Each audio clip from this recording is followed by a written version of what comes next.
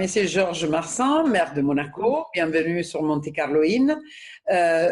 Je voudrais savoir quelque chose je trouve très important pour cette période que nous avons eue liée au Covid, c'est-à-dire le travail de la mairie qui a été en première ligne pendant le confinement et maintenant après, dans le sens que vous avez été toujours très engagé. Vous voulez nous parler du moment avant, disons, pendant le confinement et maintenant avec l'ouverture? Oui, bien sûr. Donc, avant le confinement, vous savez qu'à travers le service des seniors qui a continué à travailler à 100%, voire à 150%, donc nous avons étendu le service de livraison de repas à domicile. On a pratiquement plus que doublé le nombre de bénéficiaires de ces repas. Donc, comme vous le savez, on avait fait une collaboration avec le lycée hôtelier où les repas étaient produits au niveau du lycée hôtelier. Et puis, on a été aidé également par nos services ont également transporté ces repas supplémentaires. Donc, puisque le service de repas à domicile continuait avec nos bénéficiaires, dont ce sont été des gens en plus, des personnes fragiles, des personnes plus de 65 ans. Donc, ce service a continué puisque c'est vrai que c'est les personnes âgées qui ont le plus souffert du confinement, donc il fallait continuer à travailler en ce sens. Également, vous savez qu'il y a eu des crèches qui sont restées ouvertes, justement pour les professionnels de santé. D'autre part, puisque tout était fermé, tous les restaurants, il n'y avait que les supermarchés et puis les marchés ouverts. Donc nous, on a multiplié, je vois, par 4 pratiquement tous les services de livraison à domicile pour les personnes qui ne pouvaient plus sortir. Et donc ça a duré pendant toute cette période. Ça a très bien marché. Ça a très bien marché. Et aujourd'hui, puisqu'il faut parler d'aujourd'hui, puisqu'on est en Oui, phase… Oui, aujourd'hui vous venez d'ouvrir, non, pratiquement. Donc, peu à peu, donc on a réouvert, si vous me permettez, on va finir par le marché de la Condamine, mais on a commencé à réouvrir tous les sites. Alors, certains sites plutôt. Hein. Par exemple, le parc Sainte-Antoinette va ouvrir demain, le 10 juin. Le 10 juin, bon, il y aura des mesures évidemment sanitaires de protection par rapport aux enfants, avec des gels hydroalcooliques évidemment, des désinfections des aires de jeu, et le mini-golf sera donc ouvert, mais malheureusement, la salle anniversaire va demeurer fermée jusqu'à la rentrée. À partir du lundi 15 juin, donc ça, tout le monde l'attendait, c'est la réouverture du stade nautique Régnier 3, donc dès le 15 juin. La salle de sport, parce qu'on a eu beaucoup de questions également, parce que c'est important de faire du sport pendant le confinement, mais même surtout après. L'Hercule Fitness Club va ouvrir 7 jours sur 7 aux horaires habituels, toujours avec des mesures sanitaires. Et puis, on va privilégier quand même la plage qui est devant l'Hercule Fitness Club, où on pourra faire du sport en plein air. Donc, c'est la deuxième chose. Alors, la médiathèque va ouvrir l'ensemble de ces sites, c'est-à-dire la bibliothèque, la vidéothèque, la sonothèque, la bibliothèque Caroline et la ludothèque aux horaires donc d'été. Après, nous avons, bon, il y a des choses qui vont rester fermées. Le mini-club va rester fermé, puisque dans le contexte actuel, et compte tenu des mesures sanitaires que l'on devait prendre, il était impossible d'ouvrir les portes pour l'été 2020. Et le jardin exotique va rester fermé jusqu'en janvier 2021.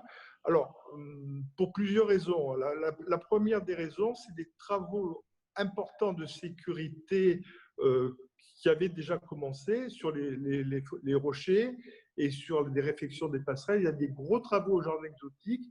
Donc aujourd'hui, il n'est pas possible de l'ouvrir au public. Il y aura l'entretien évidemment par nos jardiniers, mais on ouvrira en janvier 2021 normalement avec un jardin exotique tout neuf. D'autres sites vont ouvrir en septembre, après j'en aurai terminé. L'autre piscine, la piscine Saint-Charles, l'espace Léo Ferré, la maison des associations et le stade de Moneghetti. Et puis évidemment, on reprendra en septembre avec nos deux établissements supérieurs, l'Académie de musique et l'École supérieure d'art plastique.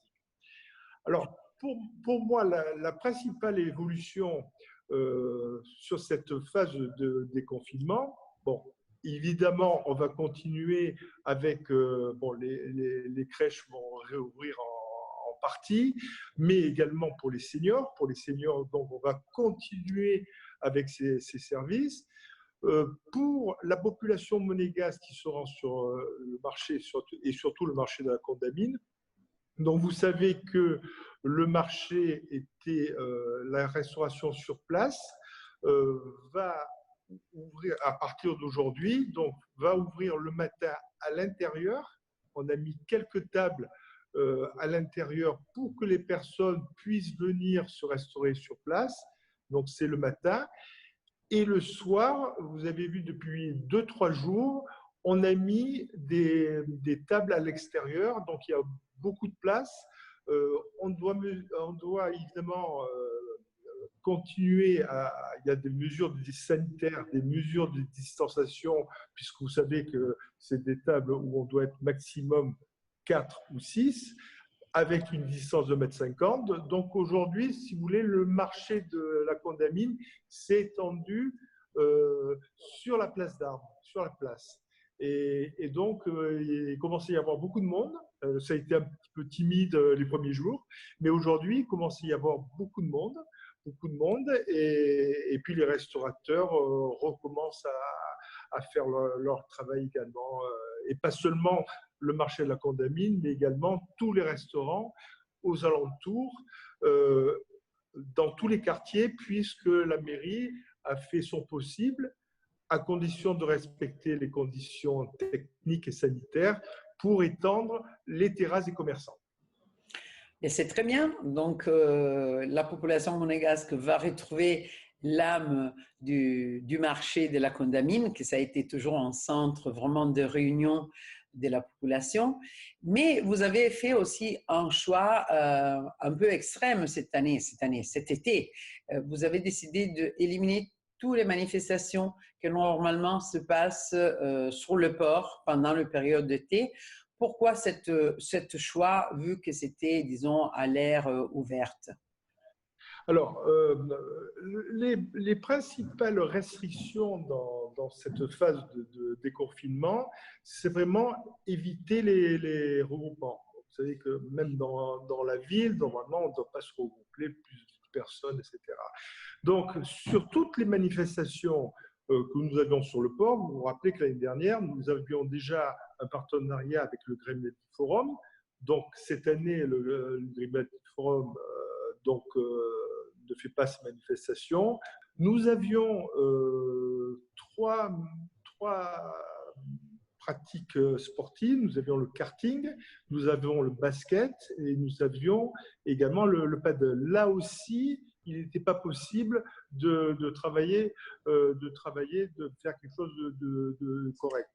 Donc, aujourd'hui, en plus, comme vous le savez, l'Hercules qui a été reporté le 10 août, normalement, il y avait toujours une partie de l'Hercules qui était sur le port. Là aussi, donc, le gouvernement a décidé de le faire uniquement au stade. Donc, toutes ces manifestations ont été arrêtées. Donc, en plus, il a été impossible, moi je vois, de s'engager financièrement avec ces différentes personnes, parce que même avec les feux d'artifice. Normalement, il devait y avoir le festival était annulé, et donc il est impossible de s'engager financièrement. Tout a été reporté, tout ce qu'on devait faire cette année, même avec le Grimaldi Forum, même avec, donc il y avait une partie avec l'Automobile Club, bien entendu, tout sera reporté l'année prochaine, et vraiment, il était trop dangereux. Aujourd'hui, c'est vrai que dans cette phase, il est trop dangereux, il est très difficile de faire respecter les distances de sécurité quand on a des milliers de personnes. Donc, espérons qu'au mois de septembre, le virus va diminuer et que nous pourrions reprendre notre vie normale. Merci beaucoup pour d'avoir accepté notre interview. Et le rendez-vous, ce sera pour le mois de septembre, pour la rentrée et voir les nouveautés. Espérons de belles nouveautés. Merci, Georges Massin. Merci, madame.